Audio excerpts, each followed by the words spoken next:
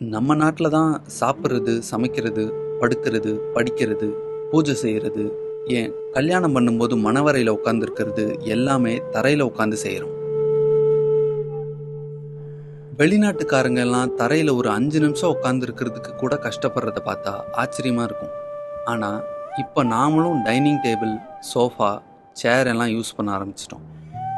இந்த மாற்றம் வரவேற்கக்கூடியதா, இல்லை தரையில் உட்காந்து பழகிறதுனால ஏதாவது நன்மை கிடைக்குமா?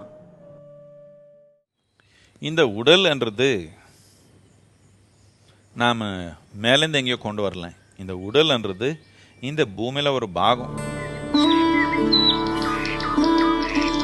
பூமியா இருந்தது, மண்ணா இருந்தது, இப்போ இங்க உடலா உட்கார்ந்துருக்குது. ஒரு ஏதோ ஒரு நோய், அடிப்படையான நோய், ஒரு இன்ஃபெக்ஷன் இல்லை, ஒரு கிரானிக் எயில்மெண்ட் இருக்குதுன்னா யோக கலாச்சாரத்தில் என்ன பண்ணுவோம்னா, ஒரு குழி தோண்டி மனிதனை இங்கே வரைக்கும் மண்ணுக்குள்ளே போட்டு பொதிச்சிடுவோம்.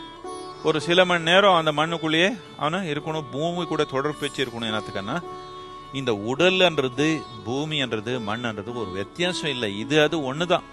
வேற மாதிரி ஒரு நிலைக்கு மாறி இருக்குது, ஆனால் ஒன்று தான். இப்படி வச்சாலே ஆரோக்கியம் பலவிதமான நோய் தாண்டி வர்ற வாய்ப்பு இருக்குது. ஆனால் இந்த காலத்தில் அப்படி பொதிச்சு வைக்க முடியல, பயப்படுறாங்க. இதனால அவருக்கு மட் பாத் கொடுக்குறோம். இப்போ மண் எடுத்து உடல் எல்லாமே பூசி அவர் கொஞ்சம் ஆரோக்கியம் வர மாதிரி பண்றோம். இதனால பலவிதமான நோயிலேருந்து வெளியே வர்ற மக்கள் நிறைய பேர் இருக்கிறாங்க. எதனால் நோயின்னு நான் எப்பவுமே என்ன சொல்றேன்னா, முதல்ல செருப்பு இல்லாம போய் கார்டன்ல கொஞ்சம் வேலை பண்ணுங்க, மண்ணு கூட கொஞ்சம் வேலை பண்ணுங்க. 1 மணி நேரம் 2 மணி நேரம் மண்ணு கூட வேலை பண்ணாலே உங்க உடலுக்கு ஒரு உறுதி, ஒரு different level of inner organisation, ஒரு புதுவிதமான உறுதி ஏற்படும். எப்போ மண்ணு கூட தொடர்பா இருக்குது, அப்போ வாழ்க்கை நோக்கி வாழ்க்கை வாழணும்ன்ற ஒரு ஆர்வம் இருக்குது. எப்போ அது கூட தொடர்பு இல்லாம இருக்குது, வாழணும்ன்ற ஆசை அந்த அளவுக்கு அவருக்கு இல்லாம போய்க்குது.